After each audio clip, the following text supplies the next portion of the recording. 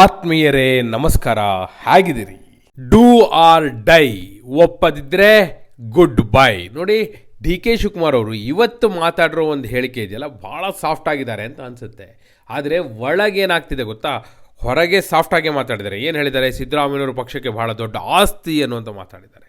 ಅವರ ಅವಧಿ ಬಗ್ಗೆ ನಾವು ಮಾತಾಡಿಲ್ಲ, ಅವ್ರ ಟೆನ್ಯೂರ್ ಬಗ್ಗೆ ಮಾತಾಡಿಲ್ಲ. ಯಾರು ಹೇಳಿದ್ದಾರೆ ಅವ್ರು 5 ವರ್ಷ CM ಆಗಿರಲ್ಲ ಅಂತ ನಾವೇನಾದರೂ ಹೇಳಿದ್ದೀವಾ ಅಂತೆಲ್ಲ ಮಾತಾಡಿದ್ದಾರೆ. ಅದು ಯಾಕೆ ಅಂತ ಕೂಡ ಹೇಳ್ತೀನಿ.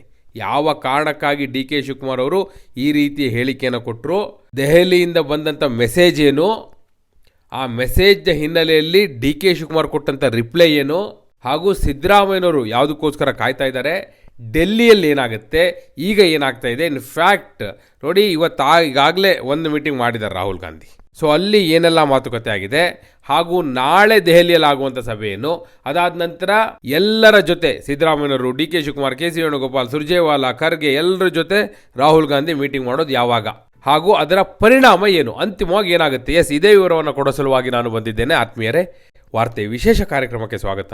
ನಾನು ವೀರೇಂದ್ರ ಉಪ್ಪುಂದ.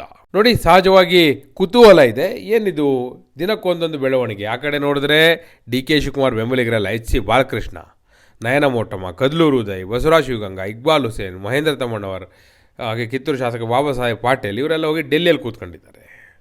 ಅಲ್ಲಿ ಪ್ರೆಷರ್ ಪಾಲಿಟಿಕ್ಸ್ ನಡೀತಾನೆ ಇದೆ. ಈ ಕಡೆ ಡಿ ಕೆ ಶಿವಕುಮಾರ್ ಅವರು ಖರ್ಗೆ ಅವ್ರನ್ನ ಭೇಟಿ ಆಗದೆ ಒಂದು ಮೆಸೇಜ್ನ ಕನ್ವೆ ಮಾಡಿದ್ರು. ಹಾಗಂತೇಳಿ ಇವತ್ತೇನಾದ್ರು ಗೊತ್ತಾ, ಖರ್ಗೆ ಅವರೇ ನಾನು ಮೊನ್ನೆ ಡೆಲ್ಲಿಗೆ ಹೋಗಿ ಮೀಟ್ ಆಗಿದ್ದೆ, ಮತ್ತೋಗಿ ಡೆಲ್ಲಿಯಲ್ಲಿ ಮೀಟ್ ಆಗ್ತೀನಿ ಅಂತ ಹೇಳಿದ್ರು. ಅಂದರೆ ಡೆಲ್ಲಿಯಲ್ಲೇ ಮೀಟ್ ಆಗ್ತೀನಿ ಅಂದರು. ಯಾಕೆ? ಅಲ್ಲಿ ಅವರಿಗೆ ಹೈಕಮಾಂಡ್ ಸಮ್ಮುಖದಲ್ಲಿ ಮಾತುಕತೆ ಆಗಬೇಕಾಗಿದೆ, ಮತ್ತು ಯಾವುದಕ್ಕೂ ನಾನು ಕನ್ವಿನ್ಸ್ ಆಗೋನಲ್ಲ. ಖರ್ಗೆ ಅವರ ಬಳಿ ಹೋಗಿ ಅವರೇನೋ ಕನ್ವಿನ್ಸ್ ಮಾಡಲಿಕ್ಕೆ ಪ್ರಯತ್ನ ಪಟ್ಟು ನಾನು ಒಪ್ಪಲಿಲ್ಲ ಅನ್ನೋ ಥರ ಮೆಸೇಜ್ ಹೋಗೋದು ಬೇಡ. ಏನಿದೆಯೋ ರಾಹುಲ್ ಗಾಂಧಿ ಅವರು ಎದುರೇ ತೀರ್ಮಾನ ಆಗಲಿ ಅನ್ನೋ ಕಾರಣಕ್ಕಾಗಿ ಅವ್ರು ಕಾಯ್ತಾ ಇದ್ದು.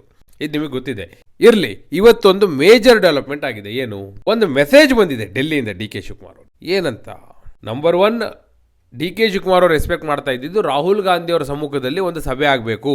ರಾಹುಲ್ ಗಾಂಧಿ ಅವರು ನನಗೆ ಅಪಾಯಿಂಟ್ಮೆಂಟ್ ಕೊಡಬೇಕು, ಟೈಮ್ ಕೊಡಬೇಕು, ನನ್ನ ಮಾತನ್ನು ಕೇಳಿಸ್ಕೋಬೇಕು, ನನ್ನ ಬೇಡಿಕೆಗೆ ಅವರ ಪ್ರತಿಕ್ರಿಯೆ ಬೇಕು. ಇದನ್ನು ಅವರು ಎಕ್ಸ್ಪೆಕ್ಟ್ ಮಾಡ್ತಾ ಇದ್ದರು.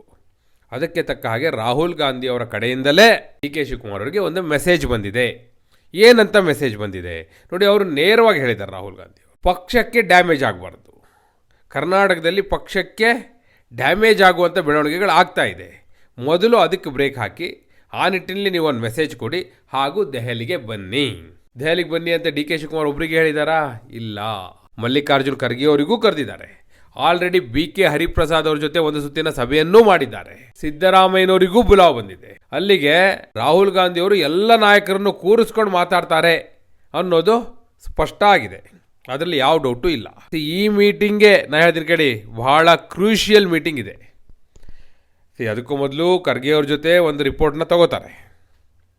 ಖರ್ಗೆ ಅವ್ರು ಏನು ಹೇಳ್ತಾರೆ ಅಂತ ನೋಡ್ತಾರೆ, ಯಾರ್ಯಾರ ಅಭಿಪ್ರಾಯ ಏನಿದೆ ಅನ್ನೋದನ್ನು ತಿಳ್ಕೊತಾರೆ. ಸೊ ಏನು ಮಾಡ್ಬೋದು ನಾವು ಅನ್ನೋದನ್ನು ಮೊದಲೇ ತೀರ್ಮಾನ ಮಾಡ್ಕೋತಾರೆ ಅವರು. ಬರೀ ಡಿಸ್ಕಸ್ ಮಾಡೋದಲ್ಲ, ತೀರ್ಮಾನ ಮಾಡ್ಕೋತಾರೆ.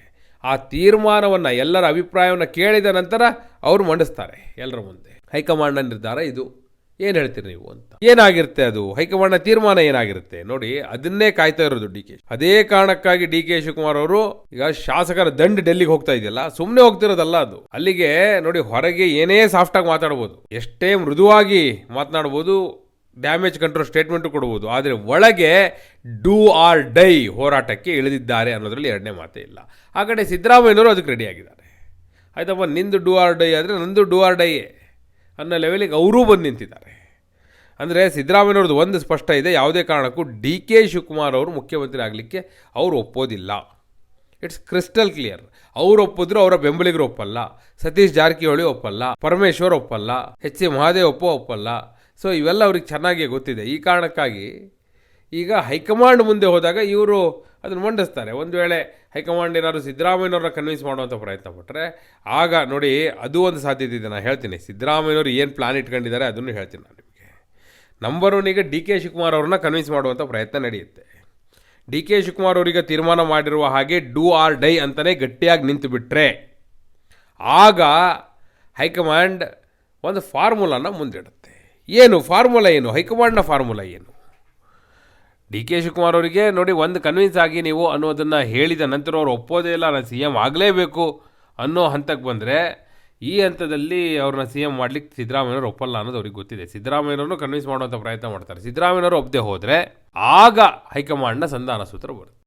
DK ಶಿವಕುಮಾರ್ ಅವರು ಹೇಳ್ತಿರೋದೇನು ಗೊತ್ತಾ, DK ಶಿವಕುಮಾರ್ ಅವರು ಹೈಕಮಾಂಡ್ ಮುಂದೆ ಮಂಡಿಸಿರುವಂಥ ಪಟ್ಟು ಯಾವುದು ಅಂದರೆ ಬಹಳ ಮುಖ್ಯವಾಗಿ ಬರೀ ನನಗೆ ಮೀಟಿಂಗ್ ಕೊಡಬೇಕು, ಅಪಾಯಿಂಟ್ಮೆಂಟ್ ಕೊಡಬೇಕು ಅಷ್ಟೇ ಅಲ್ಲ, ಡಿಸೆಂಬರ್ ಮೊದಲ ವಾರದ ಒಳಗಾಗಿ ಅಂತಿಮ ತೀರ್ಮಾನ ಆಗಬೇಕು ಇದರ ಸಂಬಂಧಪಟ್ಟ ಹಾಗೆ.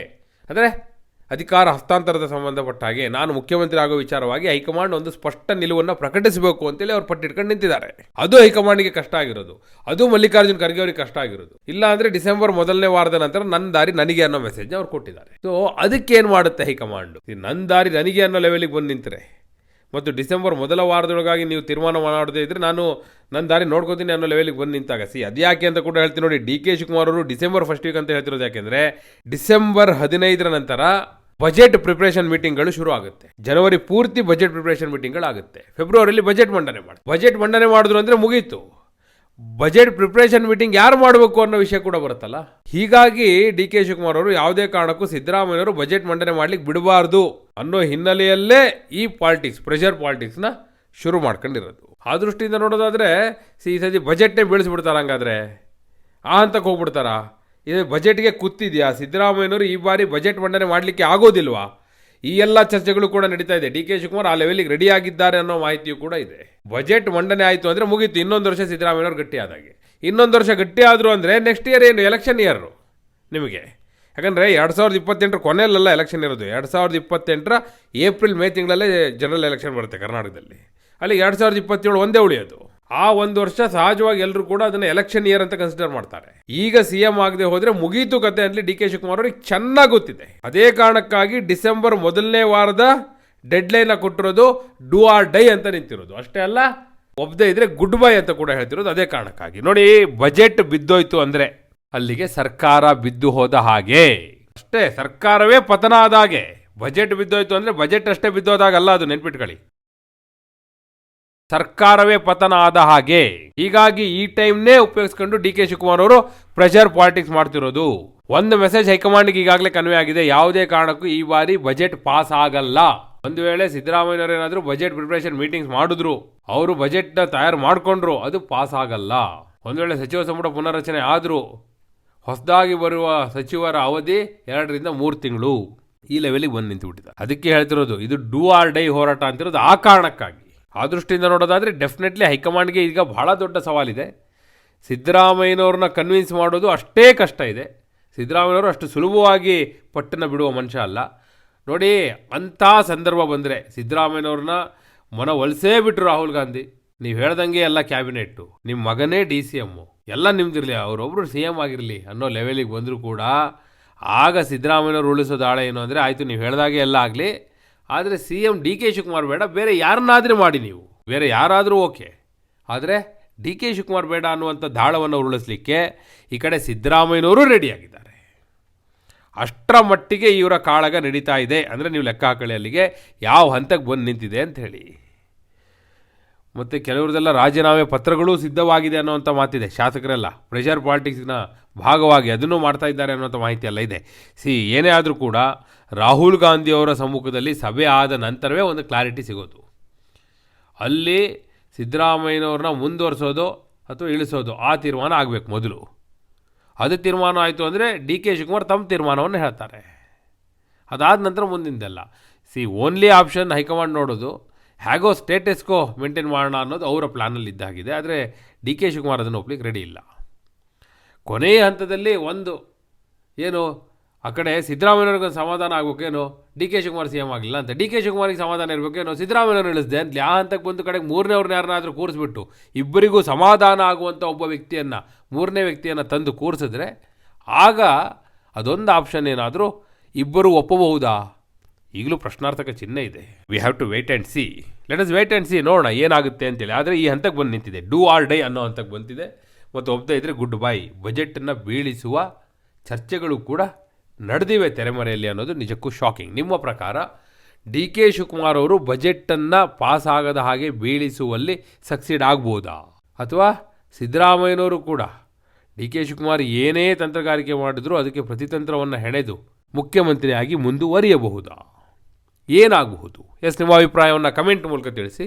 ಹಾಗೆ ನೀವಿನ್ನು ವಾರ್ತೆ ಚಾನಲ್ನ ಸಬ್ಸ್ಕ್ರೈಬ್ ಮಾಡಿಲ್ಲ ಅಂದರೆ ಈಗಲೇ ಸಬ್ಸ್ಕ್ರೈಬ್ ಮಾಡಿ. ಧನ್ಯವಾದ.